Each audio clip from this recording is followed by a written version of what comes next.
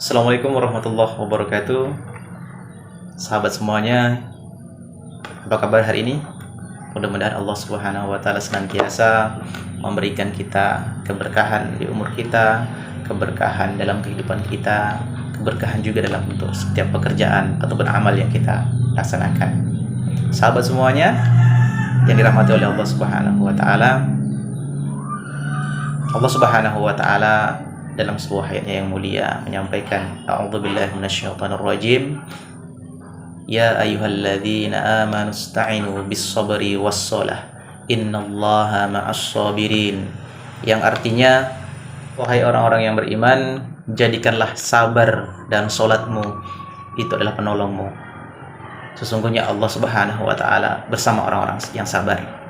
Ayat ini menjelaskan sesuatu hal yang sangat luar biasa, yang harus kita ketahui, yang harus kita pelajari, dan tentunya harus kita amalkan. Terkait sabar ini mungkin banyak orang berat melaksanakannya. Memang sabar itu mudah untuk diucapkan. Sabar itu sangat ringan untuk diucapkan, akan tapi butuh perjuangan yang khusus, butuh perjuangan yang lebih, butuh perjuangan yang serius untuk melakukan sifat sabar ini. Maka setidaknya ada 3 sabar.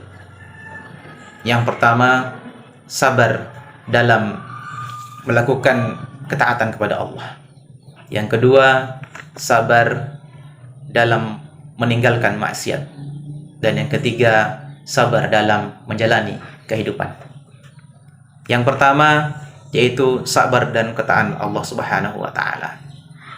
Dalam sabar dalam ketaatan Allah kepada Allah Subhanahu wa taala hanya memberikan 2 tenaga. Yang pertama, kita harus mampu mempunyai kemauan keras untuk bisa memaksakan diri taat kepada Allah Subhanahu wa taala. Karena apa? Kita harus memaksakan diri, berkemauan keras menuju ketakwaan kepada Allah Subhanahu wa taala, ketaatan kita kepada Allah Subhanahu wa taala. Karena musuh kita syaitan menggoda kita agar kita malas beribadah, menunda-nunda ibadah, dan bahkan meninggalkan ibadah. Yang kedua, yaitu bisa menjalankannya dalam ketaatan kepada Allah Subhanahu wa taala. Karena menjalankan adalah bukti bahwa kita taat kepada Allah Subhanahu wa taala. Yang kedua, yaitu sabar dalam meninggalkan maksiat. Tugas kita hanya satu: rem, tahan, dan tinggalkan kalau kita sudah melakukannya.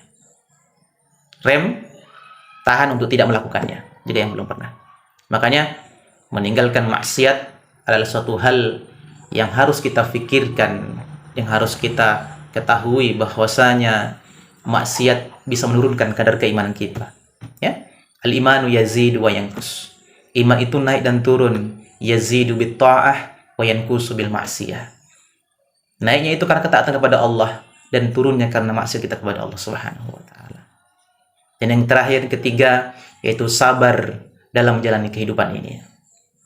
Namanya orang hidup tentu ada masalah. Namanya orang bersosial, bermuamalah kepada manusia tentu banyak masalah.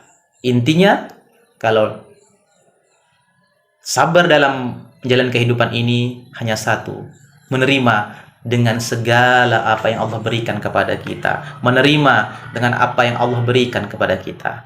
Jika dalam suatu kebaikan atau nikmat yang baik, bersyukur. Jika terjadi suatu hal yang kesedihan, kita bersabar dan juga bertawakal kepada Allah Subhanahu wa taala. Ingat, sabar dan sholat merupakan penolong bagi seorang muslim. Terima kasih. Mudah-mudahan kita tetap bisa menjadi manusia, hamba yang selalu sabar untuk menjalani kehidupan ini. Barakallahu fiik. Assalamualaikum warahmatullahi wabarakatuh.